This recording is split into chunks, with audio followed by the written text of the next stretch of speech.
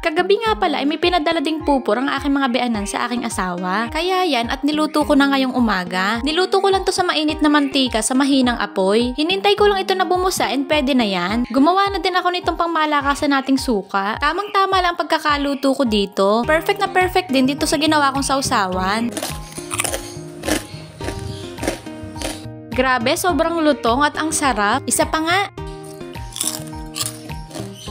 For the mukbang person for today's video. High blood is waving.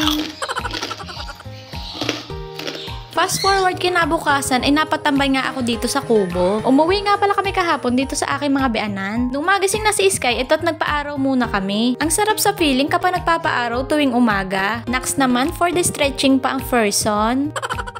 Kaya gustong-gusto ni Sky umuwi dito kasi marami siyang kalaro. Tingnan nyo enjoy na enjoy ang bata. Pag nasa apartment kasi hindi ko talaga siya masyadong pinalalabas kasi maraming dumadaang sasakyan. Kaya pag umuwi lang kami dito, saka lang siya nakakapaglaro ng ayos at saka lang siya nagkakaroon ng kalaro. Anyways, malapit na nga palang magtanghalian kaya nagluto na ako nitong request ng mami. Bumili kasi ang daddy nitong tilapia at sabi ng mami, gawin ko daw ginataan. After ko nga magluto, nanguha naman kami ni Ate Heidi nitong oregano. Medyo inuubo pa kasi si Papa kaya maglalaga ako nito at iinom ko sa kanya. Kumuha na din nga kami nitong dahon ng serpentina at magaling din daw itong panggamot sa ubo. Magaling din daw itong gamot sa mga diabetic. Fast forward, habang nakatambay nga ako dito sa kubo, napansin ko tong lukban na hinug na. Kaya yan at pinasungkit ko na agad kay Papa. Ang sarap nga nitong nakuha ni Papa kasi matamis. Yung sa ibang puno kasi medyo mapakla pa. Pumitas nga pala ako ng isang pirasong sili at pinirat ko na dito sa asin. Habang binabalatan ko nga itong lukban ay naglalaway na ako. At dahil medyo mahangin dito sa tambayan napaidlip ang person dito sa duyan. Pagkagising ko nga hinanap ko agad si Sky. Nandito pala sila sa bakanteng lote at naglalaro. Pinauwi ko na sila sa bahay kasi medyo umaambo na. Yun lang, salamat sa panonood. See you on my next mini vlog.